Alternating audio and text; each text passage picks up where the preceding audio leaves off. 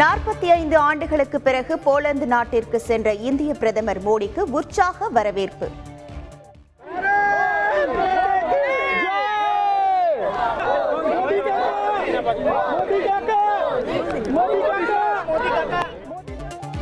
இந்த யுகம் போருக்கானது அல்ல என்றும் மோதல்களை பேச்சுவார்த்தை மூலம் தீர்க்க முடியும் என்றும் பேச்சு.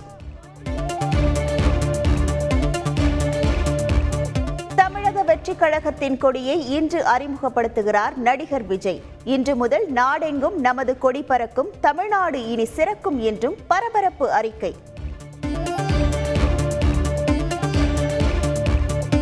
வீரக்கொடியை தலைமை நிலையத்தில் அறிமுகப்படுத்தி கழக கொடி பாடலை வெளியிட உள்ளோம். என் நெஞ்சில் குடியிருக்கும் தோழர்களே என அழைத்து கட்சி கொடி தொடர்பாக விஜய் அறிவிப்பு. ஒரு வீட்டில் 2 மின் இணைப்புகள் இருந்தால் அதை ஒரே மின் இணைப்பாக ஒருங்கிணைத்து ஒரே கட்டணமாக கணக்கிடுவதா? தமிழக அரசு தெளிவுபடுத்த வேண்டும் என பாஜக மாநில தலைவர் அண்ணாமலை வலியுறுத்தல். அரசியலில் அண்ணாமலை ஒரு கத்துக்குட்டி என அதிமுக முன்னாள் அமைச்சர் செல்லூர் ராஜு விமர்சனம். 2026 சட்டப்பேரவை தேர்தலில் திமுகவும் பாஜகவும் கூட்டணி வைக்கலாம் என்றும் கணிப்பு. கிருஷ்ணகிரியில் பள்ளி மாணவி பாலியல் வன்கொடுமை செய்யப்பட்ட சம்பவம். 2 வாரங்களுக்குள் விரிவான அறிக்கை தாக்கல் செய்ய தமிழக அரசுக்கு தேசிய மனித உரிமை ஆணையம் உத்தரவு. மேட்டுப்பாளையம் அருகே அரசு பள்ளி மாணவிகள் 9 பேரை ஆசிரியர் பாலியல் ரீதியாக துன்புறுத்தியதாக பரபரப்பு புகார். இடைநிலை ஆசிரியர் கைது. தலைமை ஆசிரியை உட்பட 4 ஆசிரியைகளுக்கு போலீசார் சம்மன். யாருக்கும் எந்த ஒரு வங்கி கணக்கிற்கும் பணம் அனுப்பவில்லை. தன் மீதான குற்றச்சாட்டு அடிப்படை ஆதாரமற்றது. ரூபாய் 75 லட்சம் தந்ததாக கூறப்படுவது தவறான தகவல் என இயக்குனர் நெல்சனின் மனைவி மறுப்பு. திருவள்ளூரில் ஆவின் பால் பண்ணை பெண் உயிரிழந்த விவகாரம்.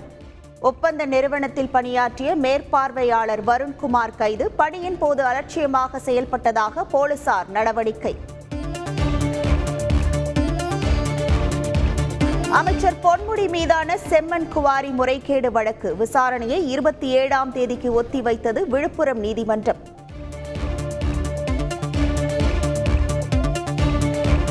முதலமைச்சரை அவதூறாக பேசிய வழக்கில் விழுப்புரம் நீதிமன்றத்தில் முன்னாள் அமைச்சர் CV சண்முகம் ஆஜர். விசாரணை செப்டம்பர் 2ஆம் தேதிக்கு ஒத்திவைப்பு.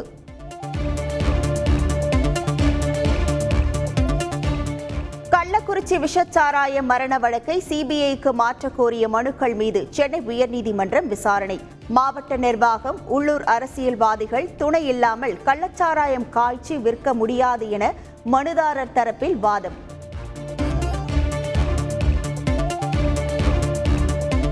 திருப்பத்தூர் மாவட்டம் வாணியம்பாடியில் திருவிழாவின் போது நடனம் ஆடுவதில் ஏற்பட்ட மோதலில் இளைஞர் குத்திக் கொலை.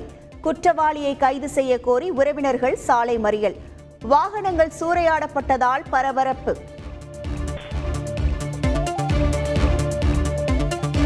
ஆவடியை அடுத்த திருமுல்லைவாயிலில் போராட்டம் நடத்த முயன்ற நரிக்குறவர்கள் வலுக்கட்டாயமாக கைது.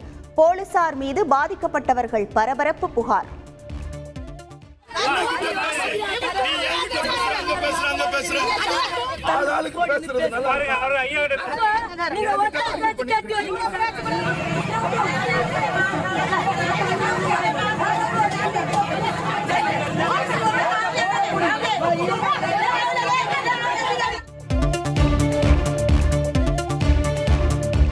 திருப்பூர் மாவட்டம் மணியக்காரன்பாளையத்தில் 30 வீடுகளை மழைநீர் சூழ்ந்துள்ளதால் பாதிப்பு. முழங்கால் அளவு தேங்கிய நீரை அகற்ற நடவடிக்கை எடுக்குமாறு கோரிக்கை.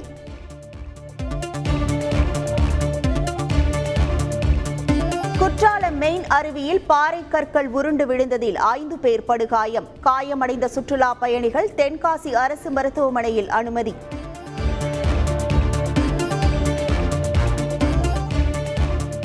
விதிகளை மீறி கல்குவாரிக்கு அனுமதி வழங்கியதாக கன்னியாகுமரி மாவட்ட நிர்வாகத்திற்கு 10 லட்சம் ரூபாய் அபராதம் விதிப்பு. சம்பந்தப்பட்ட மாவட்ட ஆட்சியர் அதிகாரிகள் மீது நடவடிக்கை எடுக்க தமிழக அரசுக்கு மெட்ராஸ் உயர்நீதிமன்ற மதுரை அமர்வு உத்தரவு.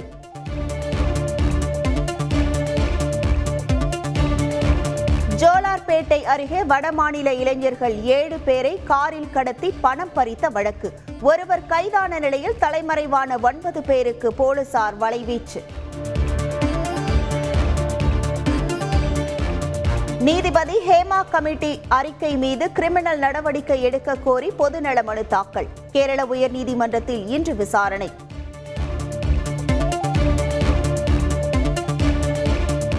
வயநாடு நிலச்சரிவுக்கு முன்பும் பின்பும் எடுக்கப்பட்ட சேட்டலைட் காட்சிகள், மனதை உருக்கும் காட்சிகள் வெளியீடு.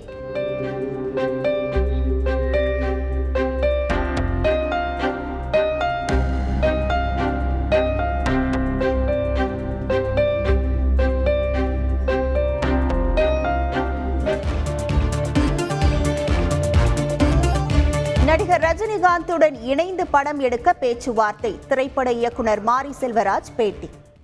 ரஜினியை கூட சந்திச்சு பேசினீங்க. அவரை வச்சு 172, 73 படம் பண்ண ஐடியா இருக்கா?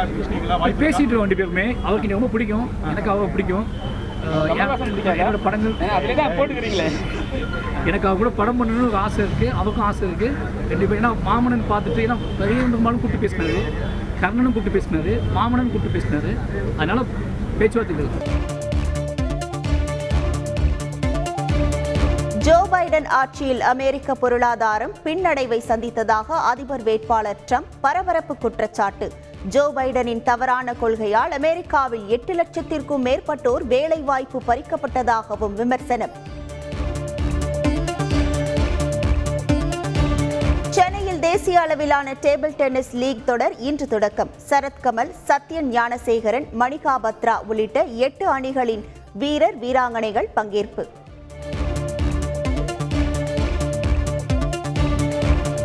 T20 உலக கோப்பையுடன் மும்பை சித்தி விநாயகர் கோவிலில் BCCI செயலாளர் ஜெய்ஷா, கேப்டன் ரோஹித் சர்மா தரிசனம். புகைப்படங்கள் சமூக வலைதளங்களில் வைரல்.